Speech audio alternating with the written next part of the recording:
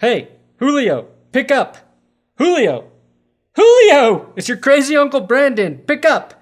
Pick up, pick up, pick up, pick up, pick. You're embarrassing me, Julio. Pick the phone up.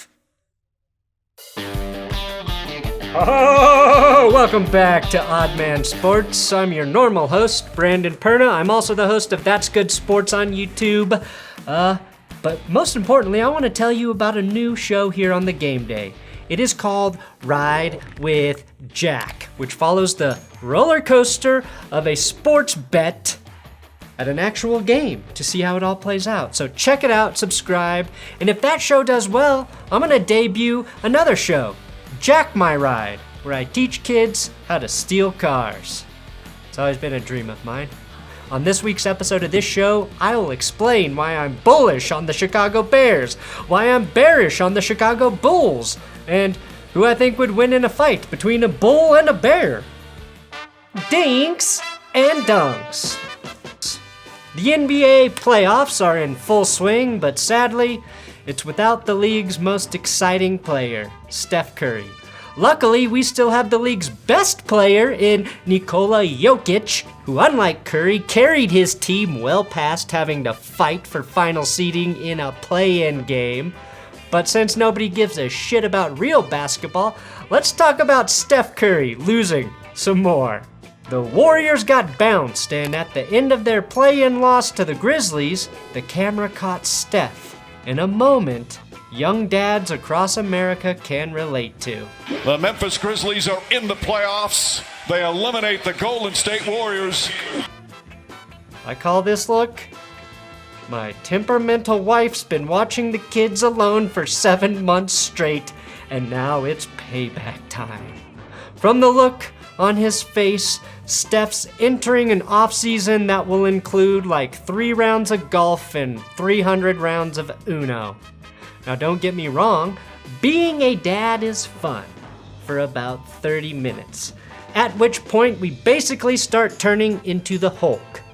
Check out Titans tackle Taylor Lewan at the Predators playoff game going through this transformation. Being a girl dad is the best. And right on cue, with 12:15 remaining in the second, Lewan's inner Chris Farley comes out. In a related note, last week's Basketball Hall of Fame ceremony featured the beautiful image of Kobe's daughter, Natalia, accepting his honor. Directly followed by this Parenthood Real Talk by LSU head coach Kim Mulkey. If you think you love your children, wait till you have grandchildren. And I figured out why you love the grandchildren just a little differently, because you can send them home when you're tired of them.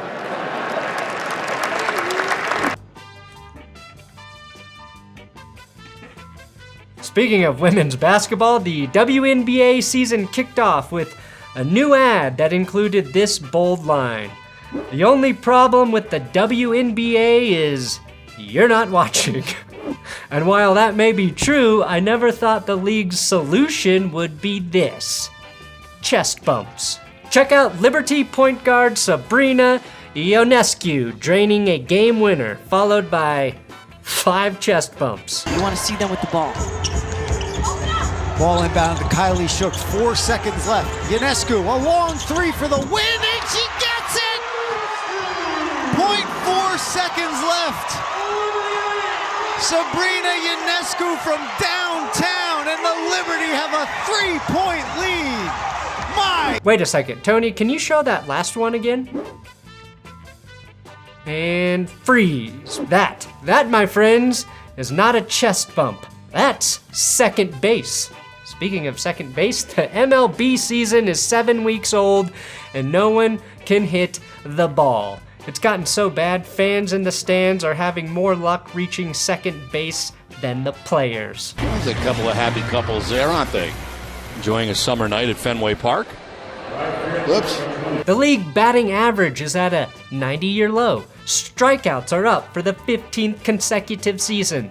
And no-hitters, once the most exciting thing that could happen in a regular season game, now caused this kind of reaction. Up until tonight, you had not thrown a no-hitter. Can you just describe the emotion you felt as you watched that final out being recorded in the ninth? I just think it was a lot of fun. I think it was a well-played game on both sides. It was just fun to be a part of. Manfred bringing back the dead ball era is the most confounding baseball decision since Jason Varitek held up a sign at the Red Sox 2007 championship parade calling for the resignation of World Series MVP Mike Lowell.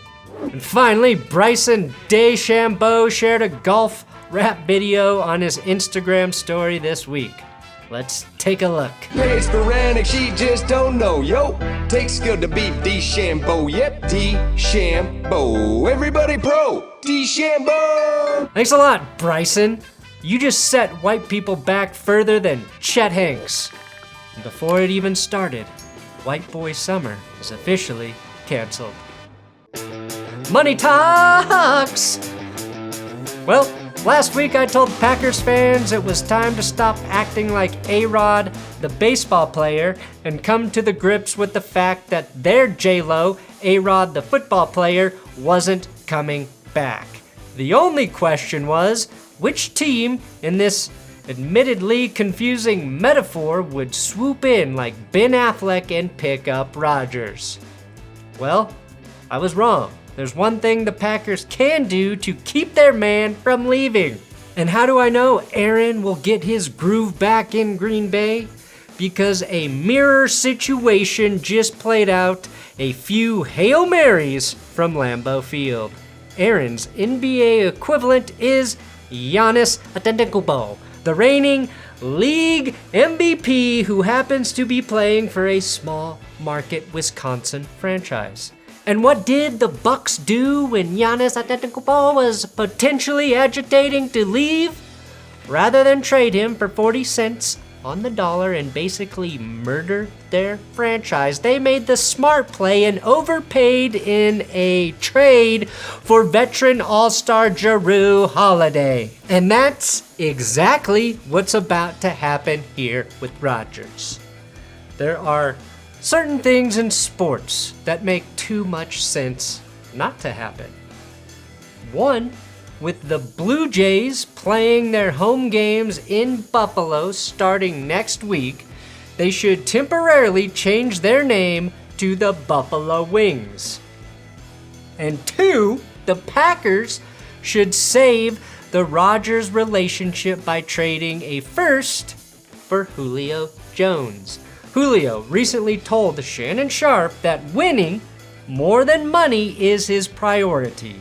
And based on this video, I believe Julio isn't stressed about money. Julio Jones, the superstar for the Atlanta Falcons, apparently lost his diamond earring while jet skiing. He went off. When he came back up, the earring was gone, and we're told it's worth $100,000. It was worth like $100,000? Oh, he says.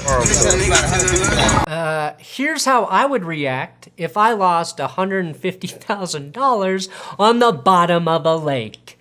No,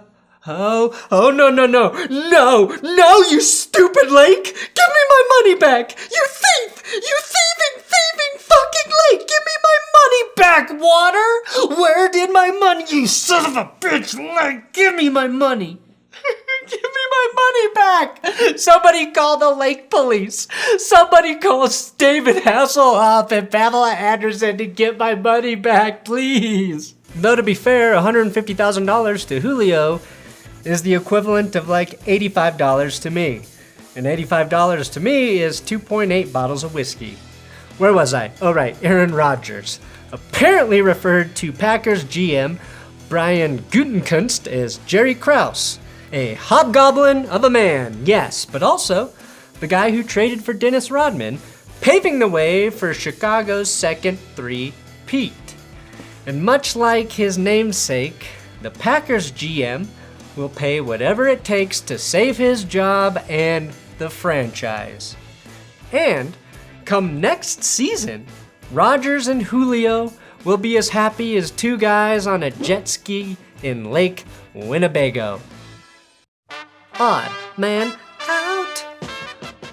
Feel Phil Mickelson was 200 to 1 odds to win the PGA Championship, which are the exact same odds the Detroit Lions have to win this year's Super Bowl.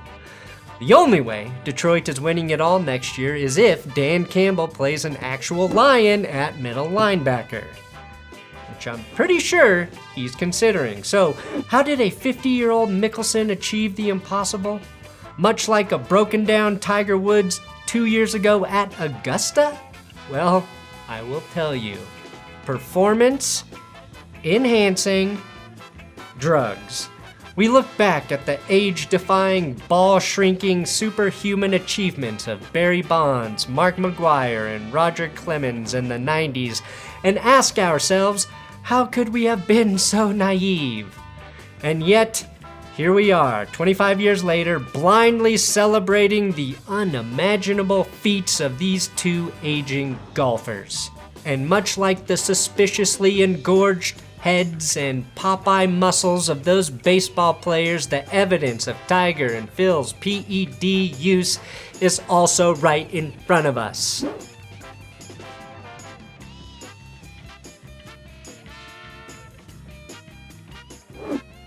Either Bubblicious makes you way better at golf, or there's something going on with that gum. After his Masters victory, Tiger had this to say about his new habit. I'm chomping on this gum because I usually get so hungry I keep eating so much. And it curbs my appetite a little bit, which is nice. Sure, Tiger. And you loved going to that Perkins diner because the pancakes were so fluffy. I hate to burst everyone's bubble here, but Tiger and Phil are chewing CBD gum. How do I know for sure? Well, at least in Phil's case, because he got caught on camera at the 2019 Masters dropping the stuff. Lefty has admitted in the past to letting nerves get the best of him on the course. And CBD, which is derived from the marijuana plant, is known for its anti-anxiety properties, which I can imagine might come in handy while trying to hit a tiny white ball 350 yards straight in front of millions of people with millions of dollars at stake. Personally, I chew nicotine gum to give myself anxiety, and then CBD gum to take away my anxiety. But that's just because my life lacks excitement. Now, is CBD a legal drug? In most states. And under the PGA Tour anti-doping program, CBD is not considered a performance-enhancing drug. Phil and Tiger's recent wins would suggest otherwise. Unless the old t-shirt adage is true. Old guys really do rule. Alright, that's it for today. Next week's show will come out on Thursday due to the holiday, which also gives me one more day for my Julio Jones prediction to come true. Julio, call me. Call me, Julio.